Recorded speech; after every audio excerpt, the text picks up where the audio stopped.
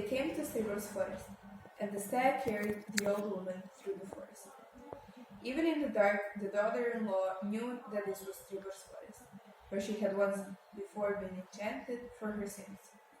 But she was so full of spite that she could not think of her new sins, nor feel fear because of them, but triumphed all the more to herself and said, "Surely the simple old woman will perish in this forest amid all the magic."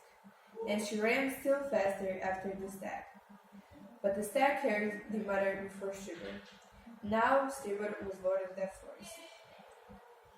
"Help this old woman, who is being destroyed by her serpent daughter-in-law," said the brownies to Stribor, after both they and the mother had bowed low before him.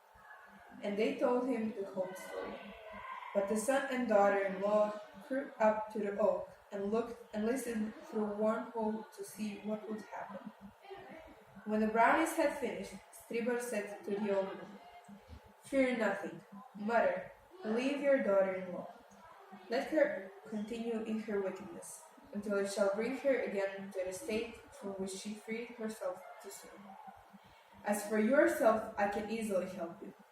Look at yonder relic, fenced about with silver." The mother looked, and lo, it was her own native village, where she had lived when she was young, and in the village there was holiday and merrymaking.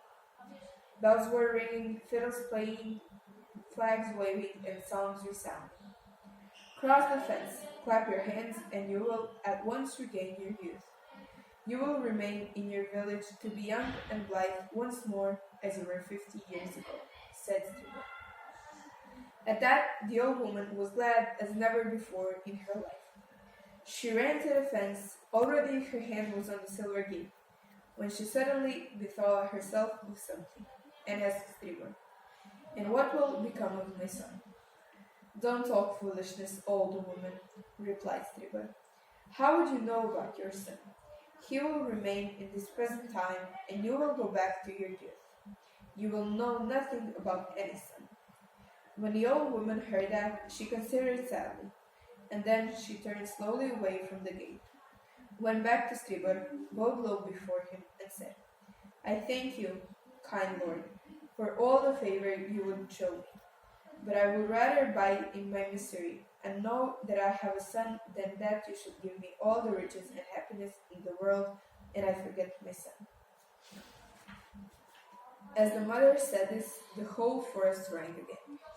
There was an end to the magic in Stribor's forest, because the mother preferred her sorrows to all the joys of this world. The entire forest quaked, the earth fell in, and the huge oak, with its castles and its silver-fenced village, sank underground. Stribor and the brownies vanished. The daughter-in-law gave a shriek, turned into a snake, wriggled away down the hole, and mother and son were left alone side by side in the middle of the forest.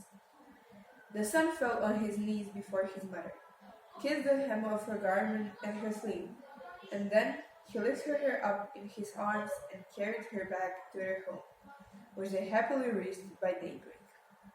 The son prayed God and his mother to forgive him. God forgave him, and his mother had never been angry with him. Later on, the young man married the poor but sweet girl who had brought the brownies to their house. They are all three living happily together to this day, and Wheaton Linky loves to visit their heart of a winter's evening.